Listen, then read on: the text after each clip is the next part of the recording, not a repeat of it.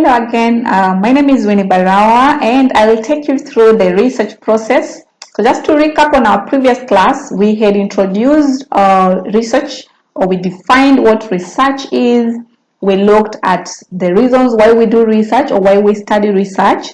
We looked at the significance and the contribution that research can do, all the way from social sciences to policies, to improving phenomena and beliefs. And we finished at looking also types of research, comparing qualitative and quantitative, analytical and descriptive, and lastly we looked at deductive and inductive reasoning as a way of how to handle research. So in today's class, I want us to look at the research process, like where do you begin and where do you end? So most of the time when you're told to do research, a lot of time we imagine things like research is done from a state of most of the time we do our research from a state of fear, like I need to do this document that is so huge and I need to put it in order, so you don't even know what to start from. But well, research is not that hard. If you want to enjoy your research process, simplify it, make it fun, and ensure that you're part of it. Do not give someone to do your research. I can advise on that. Don't give someone to do your research. Do it yourself and write it. You will love it more. So I want us to delve more into what this research process is. So a research process is simply a systematic procedure, right? So this is a systematic procedure, very organized, that the researcher will have to undergo so that to generate the knowledge that will be relevant to the topic. So it's a process that we need to go through, starting from the beginning to the end. So from the topic that you have in your mind to where you feel you will have gotten your data and analyze it. So it's a systematic procedure, it's a systematic process. There's no confusion in this. So don't feel lost in your mind, like where do I start? We will go through this slowly by slowly, and I hope you will enjoy this journey. So get rid of your anxiety and keep calm as we go through this journey. All right, so there's this summary that I really loved. It's from a page known as, from a website, sorry, known as Velophobia. I want you to note also, you will find so many books coming in with so many steps of how research is done and the steps, but I prefer this because it's simplified, easy, and can easily be understood, but the backbone of the steps of research are the same. How the research is done, that process is the basics are the same. So don't get confused in all those books as you read. Just get the basics and you'll be able to flow. So in research, the first step is selecting a topic. Majority of us, they get lost here and you start thinking, where is the topic? Where am I going to take it? Get your topic from your life experiences, or from something you've read, or something you're living in, or something you've heard about before, you know. For example, using the KMTC pay bill payment method, for instance. With this pay bill, we all know it, you know, it's from KMTC. We are all in KMTC. We understand that we don't have a method of paying school fees using a pay bill inside in our institution here. So with that topic, you can look around it and see how to develop that topic, but you will do this in details. Like I said, we're just doing this in brief, but as we come along in our topic, we will have further discussions highlighting all these areas step by step and understanding them in details. So the selection of topic, and then we will do review of literature. So in reviewing of literature, what we simply mean is we will read details around other people who've done same work around your topic. So for example, if it's pay bill, you know, there's someone also somewhere who had thought around that topic and they will have done that topic before. So you are not the only one who is doing that or who is thinking in that line. So it's good maybe go on the internet or in other references and discover more what others are doing around that topic. And then the second thing is formulating, the third part is formulating a hypothesis. And by now, I want to believe we are understanding what a hypothesis is. A hypothesis simply means the assumption you hold around that particular topic. So for example, we are talking about KMTC using, let's say, pay bill as a way of paying school fees, for instance. So the hypothesis we could be making is there's a relationship between efficiency and using pay bill, for example. So that is a hypothesis, like there's an improvement in efficiency of services if the school adopts a pay bill method of paying school fees. That's the assumption. but your research will prove this to you if you go collect the data. Then after getting your hypothesis in place, the other part is aims and objectives, and then going into the materials or methodology, and the last part is observations and results. So in observation is where we are directly going to collect our data, get the findings, and then we will analyze it and get to give these results out to people.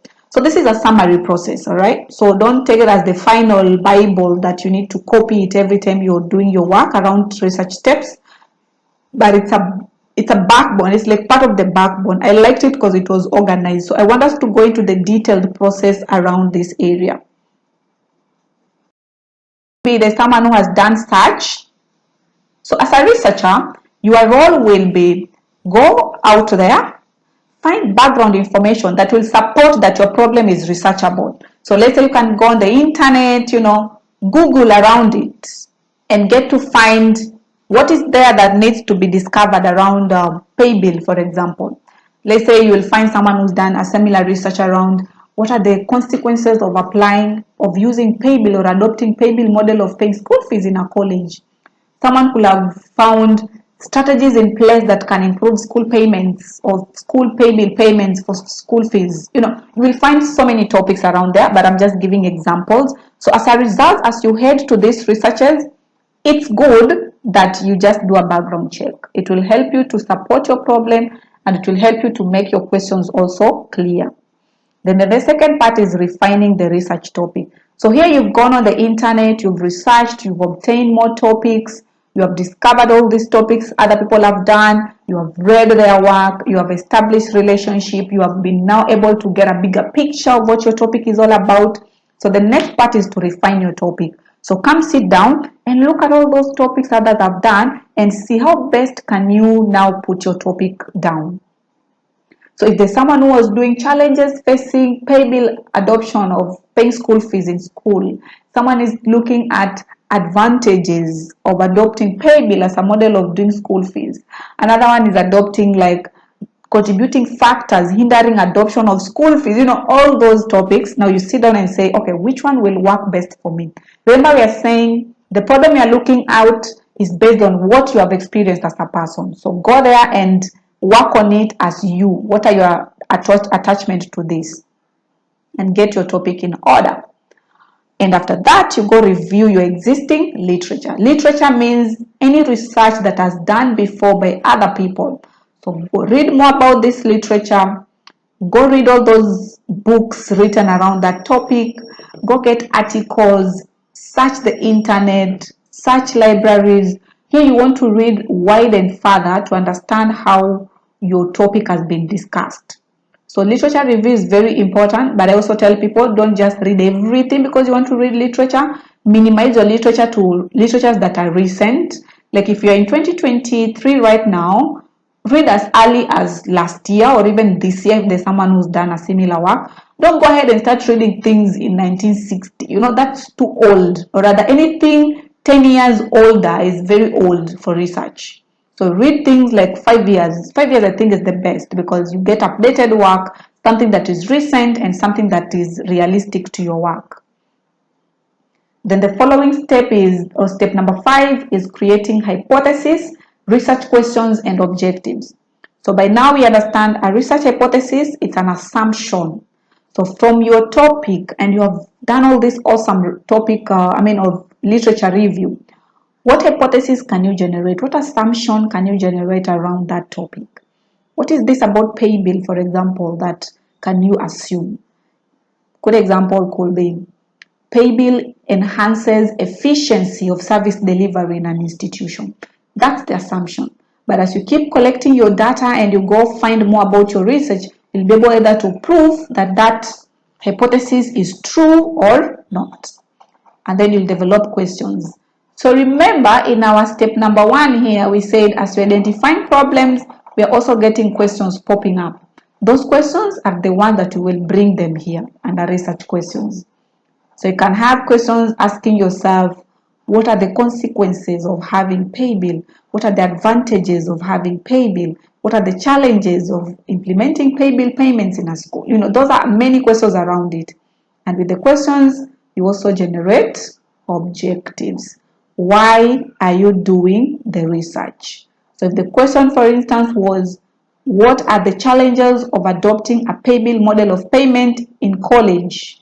Then your objective will be to determine challenges that hinder adoption of pay bill payment. Like, relate those two. The question and the objectives needs to be in order or need to flow. So once all that part is ready, you get now to your next step of designing and getting sampling methods.